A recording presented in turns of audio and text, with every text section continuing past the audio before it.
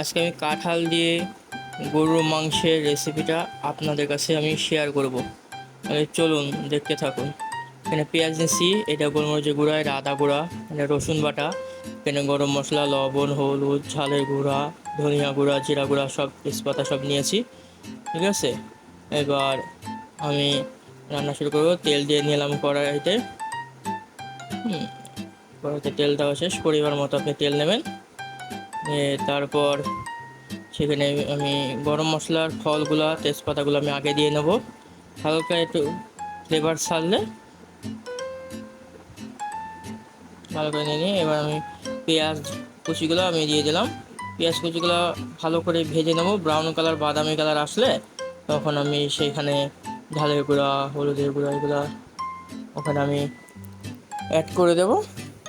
সাধারণত নাড়তে নাড়তে যখন বাদামি কালার হয়ে যাবে পেঁয়াজটা, তখন এই যে দেখেন বাদামি কালার হয়ে গেছে। এখন আমি এখানে রসুন বাটা দিয়ে দিচ্ছি, পরে আদা বাটা দিয়ে দিলাম। আদা বাটা, রসুন বাটা একটু ভালো করে ওইটার সাথে ভেজে নেব। ভেজে নিলে হয় কি তরকারির স্বাদ একটু ভালো মতো আসে। ভেজে নেওয়ার পর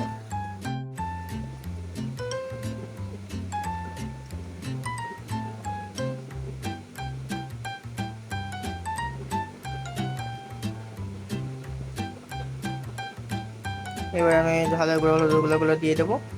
দিয়ে যে সাদা গোলমরিচের বাটাটা ছিল সেটা দিয়ে দিলাম। দিয়ে এবার আমি এটা ভালো করে মশলার সাথে মাখিয়ে নেব। ভালো করে মাখিয়ে ওটা ভালো করে ভাজা ভাজা করে নিতে হবে।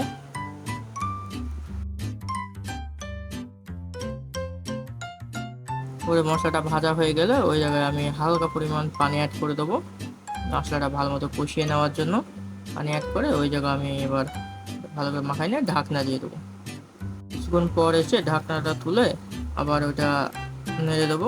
ভালো করে নেড়ে দিয়ে আবার এটা ঢাকনা দিয়ে দেবো। খেয়াল রাখবেন যেন কড়াইয়ে মশলাটা তলায় লেগে না যায়।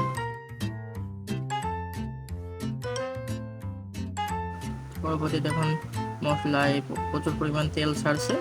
এবার ওইটা ভালো করে নাড়া দিয়ে তারপরে ওই জায়গায় আমি গরুর মাংসগুলো অ্যাড করে দেবো। গরুর মাংসগুলো অ্যাড করার পর ওটা ভালো মতো মশলাগুলোর সাথে মাখিয়ে নেবো। মাংসগুলো ভালো করে মাংসগুলো মাখিয়ে নেওয়ার পর ওই জায়গায় তেল ছাড়লে তখন আমরা ওখানে হালকা পরিমাণ পানি অ্যাড করব মশলার সাথে মাংসটা কষিয়ে নেওয়ার জন্য। দিয়ে এবার আমরা এটা ঢেকে দেবো।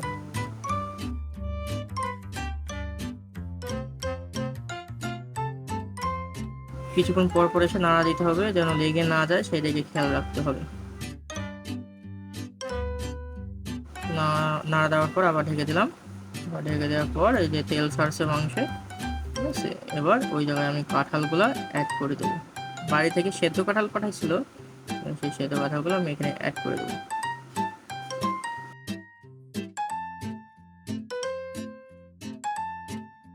অ্যাড হয়ে গেলে ওটা ভালো মতো মাংসটা, মশলাটা কাঁঠালের সাথে ভালো করে নাড়িয়ে নাড়িয়ে এটা অ্যাড করে নিতে হবে। ভালো করে মিক্সড করে নিতে হবে। মিক্সড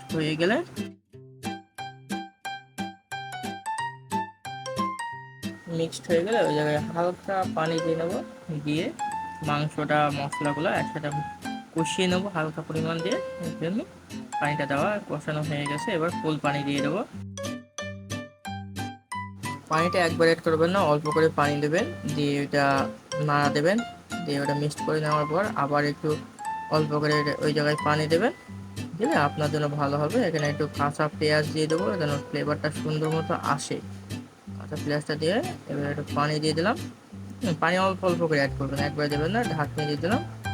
দিয়ে এবার ওটা দেখেন ভালো মতো হয়ে গেছে। ওটা একবার নাড়া দিয়ে দেবো। দিয়ে পরবর্তীতে সেই জায়গায় আবার ঢাকনি দিয়ে দেবো নাড়া দেওয়া হয়ে গেলে।